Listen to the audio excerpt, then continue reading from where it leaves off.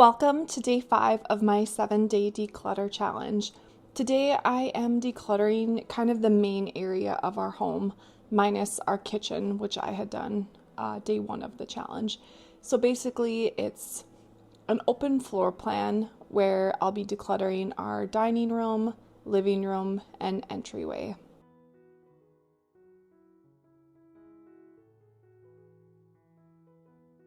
We store all of our kids' art supplies and games, things like that, in this antique buffet in our dining room.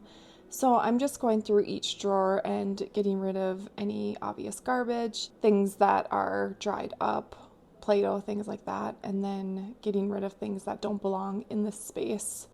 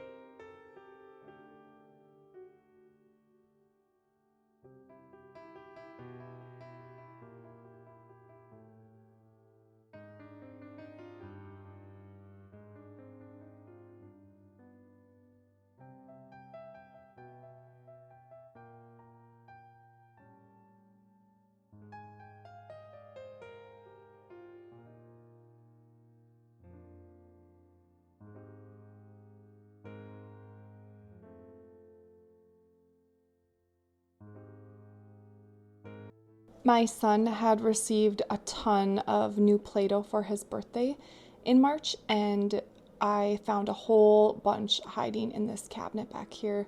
So I had just a ton of Play-Doh to declutter. But instead of giving away the Play-Doh, because my kids all love Play-Doh, I decided just to pack some of it away. I feel like we go through Play-Doh pretty quickly because it dries out or they mix it and then they don't like the colors. So I figured I would just tuck those other ones away so they don't all dry out and get mixed together.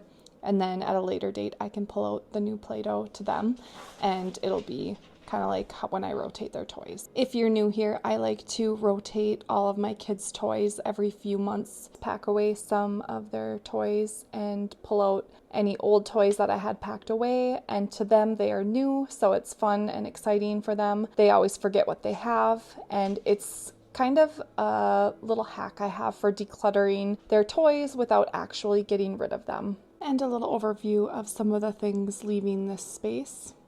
I'm just continuing to move around the room clockwise.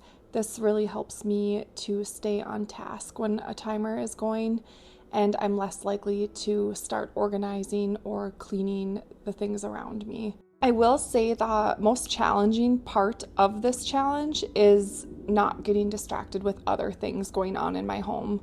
I just finished my spring cleaning, so my house is clean. However, it's really been neglected as far as like keeping it tidy and organizing, because right now my priority is decluttering my house. So some other things have been put on hold, and that's fine. I'll get to them once I have my house decluttered.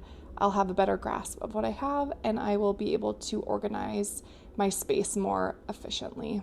So if you can relate to these feelings of overwhelm when you're working on something like this or planning to work on a project like this, whether it's decluttering, spring cleaning, organizing, things like that, try to meet yourself where you are. If you're super overwhelmed and you don't even know where to start, just take a step back and assess your home. What is bothering you the most? Has it not been deep cleaned in a while? Is it cluttered? Do you have too much stuff? Do you have no organization system? Just really try to ask yourself, what is the problem with your house? What can you do to kind of reset your space, to reset your mind and your overall well-being? Try not to overwhelm yourself by promising yourself you're gonna deep clean your entire house this weekend, or you're going to declutter everything in 1 hour. You're just gonna set yourself up for failure and get overwhelmed and quit. Instead, do like I did. Instead of saying, oh, I'm going to declutter my whole house in 1 day, I thought to myself, what is practical for my lifestyle right now? What can I make time for? And I thought 1 hour, each day for 7 days was more than doable. Thank you so much for hanging out with me today. Here's a little overview of everything leaving our space. Join me tomorrow for day 6 of my challenge where I declutter our bedrooms.